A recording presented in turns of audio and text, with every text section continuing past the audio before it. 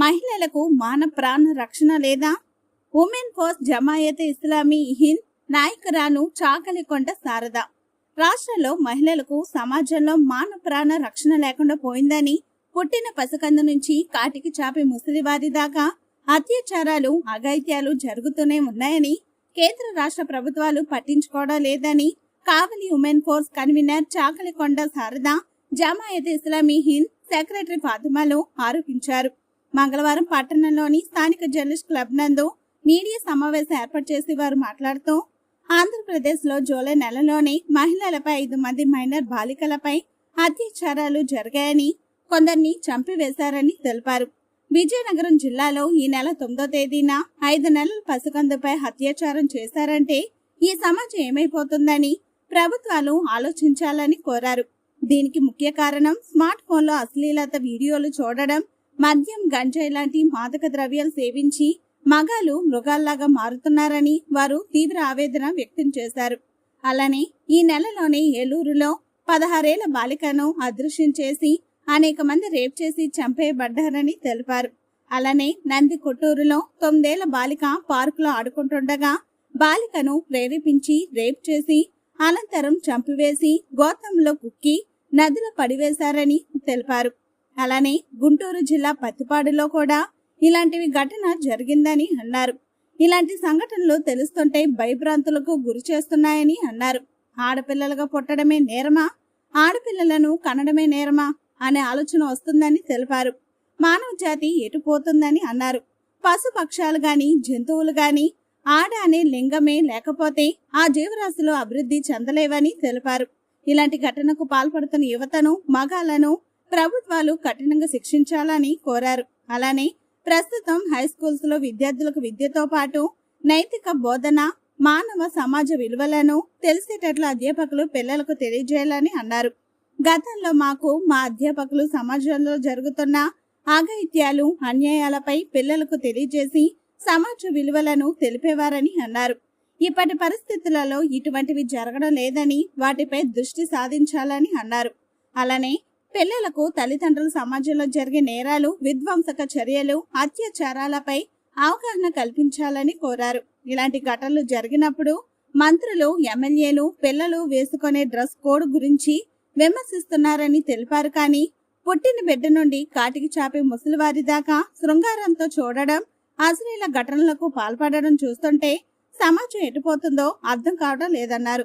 అలానే ఇలాంటి ఘటనకు కారణం సినిమాలలో హీరోయిన్లు అర్ధనగ్న డ్రెస్సులు వేసుకొని ఐటెం సాంగ్లకు డ్యాన్సులు చేయటం, ఈ సినిమాలను ప్రదర్శించుకోవడానికి ప్రభుత్వాలు లైసెన్సులు ఇస్తుంటే మరోపక్క టచ్ ఫోన్లలో అశ్లీలత వెబ్సైట్లను నియంత్రించకపోవటానికి ప్రభుత్వాలే కారణమని తెలిపారు. ప్రస్తుత ప్రభుత్వం, గత ప్రభుత్వమైనా కేంద్ర ప్రభుత్వమైనా మైనర్లను ఏవి పక్కదోవ పెట్టిస్తున్నాయో వాటిని నియంత్రించాలని కోరారు. ఈ సమాజంలో మాన ప్రాణ రక్షణ లేవు కనుక మహిళలారా కదిలి రండి. ఈ రోజు ఎక్కడో జరిగిందని కామ్గా ఉంటే రేపు మన ఇంట్లోనే జరగవచ్చని మనం గలం వినిపించేందుకు మహిళలతో పాటు ప్రజాస్వామ్యవాదులు, స్వచ్ఛంద సేవా సంస్థలు అన్ని ఏకమై మన గలాన్ని వినిపించాలని కావలి ఉమెన్స్ ఫోర్స్ తరపున అందరికి ఆహ్వానం పలుకుతున్నామని పిలుపునిచ్చారు. అలానే అత్యాచారానికి గురైన కుటుంబాలను ప్రభుత్వం పరామర్శించి వారికి తగిన న్యాయం చేయాలని కోరారు. ఈ కార్యక్రమంలో ఉమెన్ ఫోర్స్ జమాయతే ఇస్లామీ హింద్ సభ్యులు టి లక్ష్మి, నూర్జహాన్, సుమయ్య, సకీనా తదితరులు పాల్గొన్నారు. దుర్దశలో ఈ దేశం ఉంది. ఈ మానవ జాతి అభివృద్ధి అంటే ఆడవాళ్ళు ఉంటేనే జరుగుతుంది. పశుపక్షాదులు కానీ జంతువులు కానీ ఏదైనా సరే ఆడ అనేవాళ్ళు లేకపోయినట్టయితే, ఆ లింగం అనేది ఆడలింగం అనేది లేకపోయినట్టయితే ఆ జీవరాశులు అభివృద్ధి చెందలేవు. ఆడవాళ్ళని ఇలా చంపుకుంటూ వెళ్ళిపోతే, పసి బాప నుంచి ముసలమ్మ దాకా ఆడవాళ్ళని చంపుకుంటూ వెళ్ళిపోతే ఈ మానవ జాతిని కనేది ఎవరికా? కాబట్టి మానవ జాతి పూర్తిగా నశించిపోయేటువంటి ప్రమాదం ఖచ్చితంగా ఉంది. ఏంటి దీనికి కారణం? ఇందాక మనం చెప్పుకున్నట్టు సినిమాల్లో ఈ అర్ధనగ్న అశ్లీల ఐటమ్ సాంగ్స్, ఆ హీరోయిన్లు గత కాలంలో స్పెషల్గా ఈ డాన్స్ల కోసం ఉండేవాళ్ళు. అటువంటి అది ఇప్పుడు హీరోయిన్లే అలాంటి డ్రెస్సులు వేసుకొని విచ్చలవిడిగా ప్రవర్తిస్తూ ఉంటే ఆ సినిమాలకు నిరభ్యంతరంగా వాళ్ళు ఆ సినిమాను ప్రదర్శించుకోవడానికి పర్మిషన్లు ఇస్తూ ఉంటే, మరొక వైపు చూడకపోతే టచ్ ఫోన్ ఫోన్ సైట్లని ఎందుకు నిషేధించలేకపోతుంది ఈ ప్రభుత్వాలు? ఏవైతేనేమి, ప్రస్తుత రాష్ట్ర ప్రభుత్వం అయితేనేమి, గత రాష్ట్ర ప్రభుత్వం అయితేనేమి, లేదా కేంద్ర ప్రభుత్వం అయితేనేమి, ఏదైతే పక్కదారి పట్టిస్తున్నాయో మైనర్స్ని, వాటన్నింటినీ కూడా నిషేధించాలని చెప్పి మేము డిమాండ్ చేస్తున్నాం. మరొక వైపు చూడకపోతే స్కూల్స్లో, హై స్కూల్ స్థాయిలో నైతిక విలువల బోధన అనేది జరగటం లేదు. గత కాలంలో మేము టీచర్స్గా పనిచేసినప్పుడు కానీ, మా టీచర్స్ మాకు పాఠాలు చెప్పిన రోజుల్లో కానీ చదువుతో పాటు నైతిక విలువలు, జీవిత విలువలు, మానవతా విలువల గురించి కూడా చెప్పేవాడు. ఏదైనా ఒక సంఘటన జరిగితే దాని గురించి కూడా క్లాసులో చెప్పి ఇట్లా ఉండకూడదు అని చెప్పాడు. బాలులను పెంచాల్సినట్టు బాలులను పెంచాలి. ఈ టీనేజ్ నుండి, ముఖ్యంగా హై స్కూల్ లెవెల్లోనే ఈ కౌమార దశ అనేది ప్రారంభమవుతుంది. కౌమార దశ ఇంగ్లీష్లో అడలసెంట్ పీరియడ్ అంటారు. Adolescent period is a period of stress and strain అన్నారు. వాళ్ళల్లో శారీరకంగా, మానసికంగా రకరకాల మార్పులు వస్తాయి. దాన్ని తట్టుకోలేరు. ఆ తట్టుకునే విధంగా ఇంటి దగ్గర తల్లిదండ్రులు, స్కూల్లో టీచర్స్ వాళ్ళను సరైన మార్గంలో నడిపించే విధమైనటువంటి నైతిక విలువలు పాఠశాలల్లో కరువైపోయినాయి. బిల్ అండ్ బెల్ అనే టీచర్స్ లాగా తయారైపోతున్నారు చాలామంది. ఇప్పుడు జీతాలు చాలానే ఉన్నాయి, కానీ పాఠ్యాంశాలతో పాటు నైతిక విలువలు నేర్పించి పిల్లలను వ్యక్తిగతంగా పరిపూర్ణులుగా తయారు చేయటువంటి జరగటం లేదు. అందుకే పిల్లలు పక్కదారి పడుతున్నారు. అందుకనే పసి బాలుల నుండి ముసల్తాతల వరకు కూడా చేయకూడనివన్నీ చేస్తున్నారు. ఎవరి మీద అంటే నెలల పిల్లల నుంచి కాళ్ళు దాచుకున్నటువంటి ముసలవ్వల దాకా ఈ సమాజంలో మానరక్షణ, ప్రాణరక్షణ లేవు. దీనికి మహిళలంతా ఒకటవ్వాలా, ప్రజాస్వామ్యవాదులు ఒకటవ్వాలా, స్వచ్ఛత సంస్థలను ఏకం అవ్వాలా, కలిసి మన నిరసన గళం వినిపించాలి. మాకు కావాలి ఉమెన్ ఫోర్స్లో మీ అందరికీ కూడా ఆహ్వానం కలుగుతున్నారు. మహిళలారా రండి, ఈరోజు ఎక్కడో జరిగిన సంఘటన రేపు పొద్దున మన ఇంట్లో జరగదు అనే నమ్మకం ఏంటి? కాబట్టి మనం సంఘీభావంగా ముందుకెళ్లాలని చెప్పి నేను కోరుకుంటూ, ప్రభుత్వం ఈ విషయంలో తక్షణమైన చర్యలు తీసుకోవాలా, బాధితుల దగ్గరికి వెళ్ళి పరామర్శించాలా, వాళ్ళ నష్టపరిహారం ఇవ్వాలా, నేరస్తులను కఠినమైన శిక్ష, బహిరంగ శిక్ష కూడా విధించాలని చెప్పి నేను డిమాండ్ చేస్తాను. మేము జమాతే ఇస్లామీ హింద్ మహిళా విభాగం మరియు కావలి ఉమెన్స్ స్పోర్ట్స్ తరఫున ఈ ప్రెస్ మీట్ ఏర్పాటు చేయడం జరిగింది. ఈ ప్రెస్ మీటు ముఖ్య ఉద్దేశం ఏమిటంటే, నేడు మహిళలపై జరిగే అత్యాచారాలు పెరిగిపోతున్నాయి. మహిళలు అభివృద్ధి చెందుతున్నప్పటికీ కూడా మహిళలపై అత్యాచారాలు మాత్రం ఆగట్లేదు.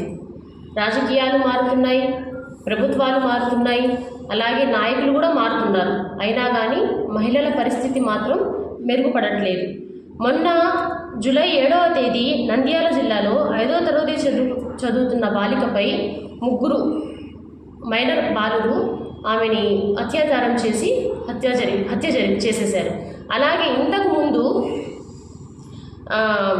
ఒక కుటుంబము ఒక జాతరకు వెళ్ళి అక్కడే రాత్రి నిద్రపోతూ ఉండగా తల్లి పక్కన పనుకుంటున్న 6 ఏళ్ల చిన్న పాపను తీసుకువెళ్ళి అత్యాచారం చేశారు. ఇంకా మహిళలకు ఎక్కడండి, తల్లి పక్కన కూడా స్వేచ్ఛ లేదు, తల్లి కడుపులో కూడా ఆడపిల్లలకు స్వేచ్ఛ లేదు. అలాంటి సమాజంలో మనము పెరుగుతున్నాము. ఇక్కడ తల్లిదండ్రుల పెంపకం మారాలి. ఇవన్నీ మారాలంటే తల్లిదండ్రులు ఎలాగైతే ఆడపిల్లలను పెంచుతున్నారో అలాగే మగపిల్లలను కూడా పెంచాలి.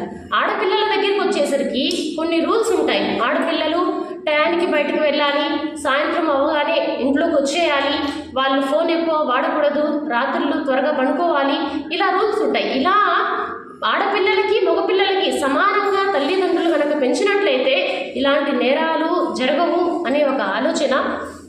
మరి ఆడపిల్లలపై లైంగిక దాడులు అనేవి వారిలో శారీరక మరియు మానసిక గాయాలకు కారణం అవుతున్నాయి. అయితే ఈ గాయాలు వారికి జీవితం మొత్తం మీద దెబ్బతీస్తుంటాయి. కొన్ని విషయాలండి. మొదటి విషయం ఏమిటంటే ప్రత్యేక చట్టాలు మరియు కఠిన శిక్షలు. లైంగిక దాడులు చేసే వారిపైన కఠినమైన శిక్షలు అమలు చేయాలి. అలాగే శిక్షను మరింత గట్టిగా అమలు చేయాలి. అలాగే రెండోది విద్య మరియు అవగాహన. లైంగిక దాడుల గురించి సమాజంలో అవగాహన పెంచడం చాలా అవసరం. విద్యా సంస్థల్లో, ఇంటి వద్ద మరియు సమాజంలో అమ్మాయిలకు మరియు అబ్బాయిలకు సమానమైన గౌరవం అర్థం చేసుకోవాలి. ఆ తర్వాత మూడోది ఆర్థిక మరియు మానసిక సమాజం. లైంగిక దాడులకు గురైన బాధితులను మానసికంగా మరియు ఆర్థికంగా ఆదుకోవడం చాలా అవసరం. సమాజం పాత్ర. కుటుంబ సభ్యులు మరియు సమాజ బాధితులను అర్థం చేసుకోవాలి, వాళ్ళకు మద్దతు ఇవ్వాలి. బాధితులు తమ బాధను తెలియజేసే సరైన వేదిక వాళ్ళని కల్పించాలి. ఆ తర్వాత లాస్ట్ది సమగ్ర న్యాయం. బాధితులను న్యాయం జరుగుతున్నది వారు భావించేలా చర్యలు తీసుకోవాలి. ఈ చర్యలు తీసుకోవడం వల్ల ఆడపిల్లలపై మితిమీరుతున్న లైంగిక దాడులను తగ్గించవచ్చు.